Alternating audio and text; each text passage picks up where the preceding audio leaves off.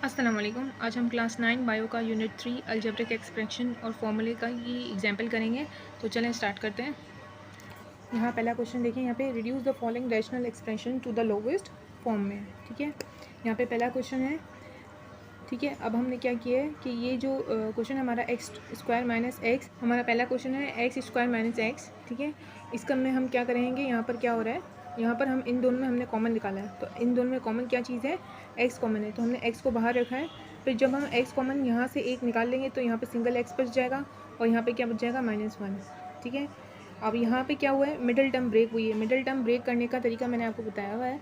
अगर आपको स्टार्ट से नहीं आता है तो आप प्लेलिस्ट में चेक कर लीजिएगा अलजेब्रिक एक्सप्रेशन में, तो वहाँ पर आपको समझ आ जाएगी। ठीक है, थोड़ा सा ब्रीफली फिर मैं यहाँ पर भी बता देती हूँ आपको।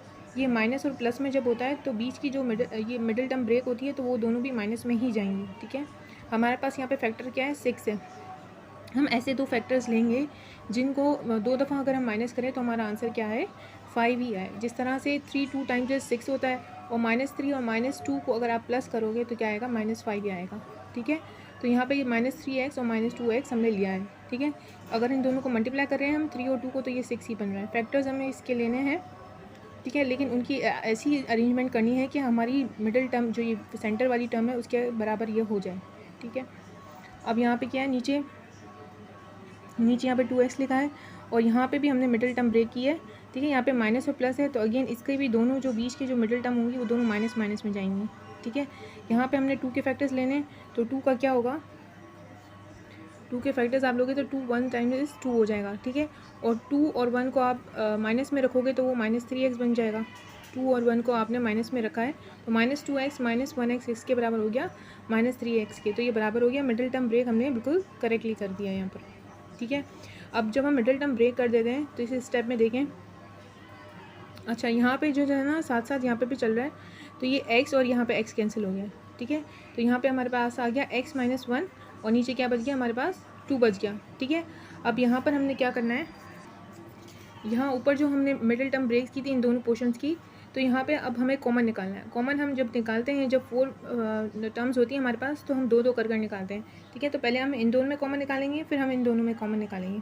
तो इन दोनों में कॉमन हमारे पास क्या आ गया, x, तो हमारे पास यहाँ पे क्या बच गया, x माइनस और यहाँ पे आ गया 3। ठीक है, सिमिलरली यहाँ पे 2 का टेबल कॉमन है तो हमने -2 से निकाला, तो यहाँ पे माइनस की साइन है। ठीक है, और x अंदर रह गया और 2 3 टाइम्स 6 होता है, तो 2 को 3 से हमने यहाँ पे हमने 3 लिखा। 2 के टेबल में 6 कब आता है, 3 टाइम्स, तो हमने यहाँ पे क्या लिख दिया, 3 लिख दिया। इसी तरह हमने यहाँ पे भी मिडिल टर्म ब्रेक की दो और अब हम दोनों का कॉमन निकालेंगे। ठीक है, तो इन दोनों में कॉमन क्या कॉमन है, x कॉमन है, तो यहाँ पे अंदर क्या बच गया हमारे पास, x -2 बच गया। यहाँ पे कोई भी चीज़ कॉमन नहीं है तो हम इसको -1 से -1 बाहर लिख देंगे और एज इट इज़ इसको क्या करेंगे, x, और यहाँ पे जो प्लस की साइन है इसको हम माइनस कर देंगे। ठीक है, एक मिडिल टर्म ब्रेक करने में एक रूल हमेशा याद रखिएगा कि जब आप 4 टर्म्स की कॉमन निकाल रहे होते हो तो 2 जो है ये ब्रैकेट बिल्कुल सेम आइडेंटिकल होने चाहिए, तभी आपका आंसर सही आएगा। अच्छा, अगर एक और निशानी भी है कि आप इसको जब मल्टीप्लाई करने जाओ वापस तो वही बनना चाहिए। जैसे -2 को x से मल्टीप्लाई करोगे तो 2x बनेगा, -2 को -3 से मल्टीप्लाई करोगे तो +6 बनेगा, माइनस माइनस प्लस हो गया और 2 3 टाइम्स है 6, इसका मतलब आपने कॉमन सही निकाला। एक निशानी ये भी है इसकी चेक करने की। यहाँ पर भी आप देखो, माइनस और x 1x और x को मल्टीप्लाई किया तो आपके पास x आ गया, -2 और -1 और -2 और -1 को आपने मल्टीप्लाई किया है तो आपके पास क्या आ जाएगा, +2 आ जाएगा।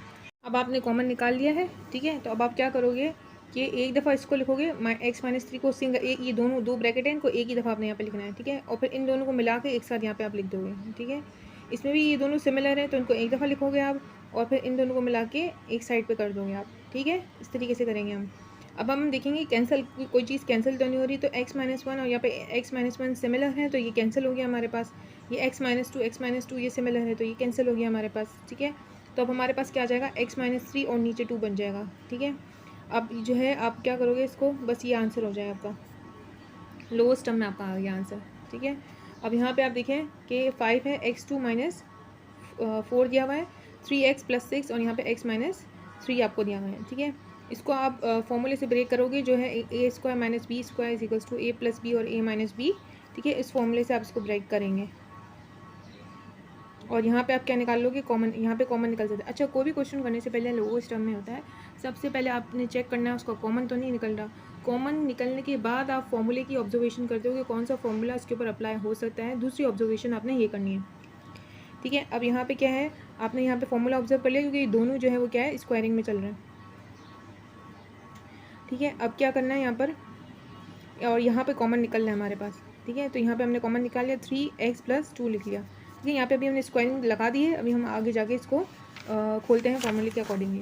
ये देखिए यहाँ पे हो गया x+2 और x-2 हो गया, यहाँ पे x-3 हो गया, यहाँ 5 आ गया, यहाँ 3x+2 हमने क्या निकाल लिया, कॉमन निकाल लिया हमने, ठीक है। अब अगर आप उसको से मल्टीप्लाई करोगे तो वही जो पीछे आपका आंसर है, पीछे आपको गिवन दिया हुआ है, वो इसके बराबर ही हो जाएगा अगर आपने चेक करना है तो, ठीक है। अब आपने क्या करना है कि ये दोनों ब्रैकेट सेम हो गए तो आपने इसको इसके साथ कैंसिल कर देना है।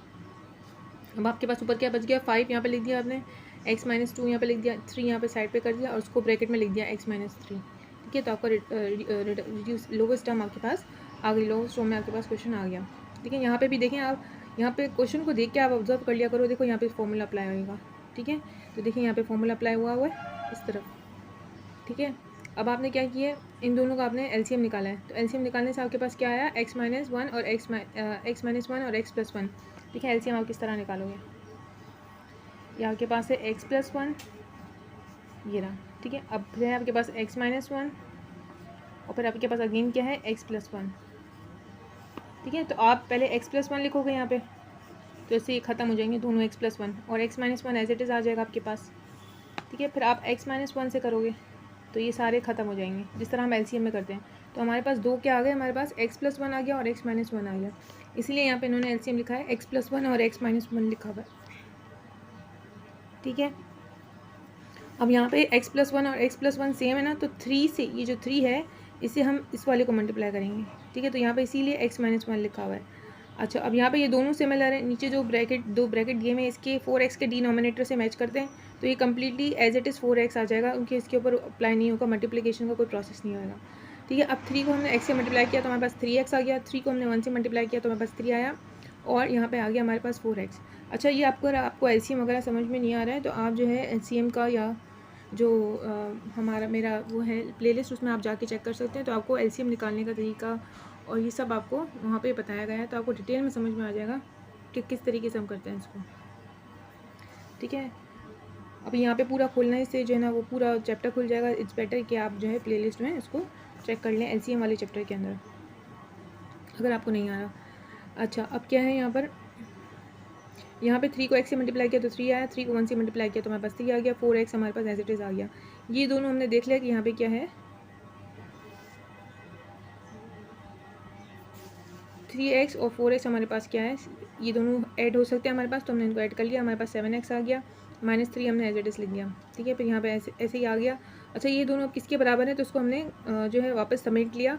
ये x-1 और x+1 किसके बराबर होगा, x² - 1 के बराबर हो गया। तो ये हमारा क्या हो गया, आंसर सॉल्व हो गया। होप आपको समझ आया होगा। अगर आपको वीडियो अच्छी लगी तो काइंडली प्लीज़ लाइक करिए, शेयर करिए और सब्सक्राइब का बटन ज़रूर दबाइएगा क्योंकि हम इतनी मेहनत से आपके लिए वीडियो बना रहे होते हैं। जज़ाकल्लाह।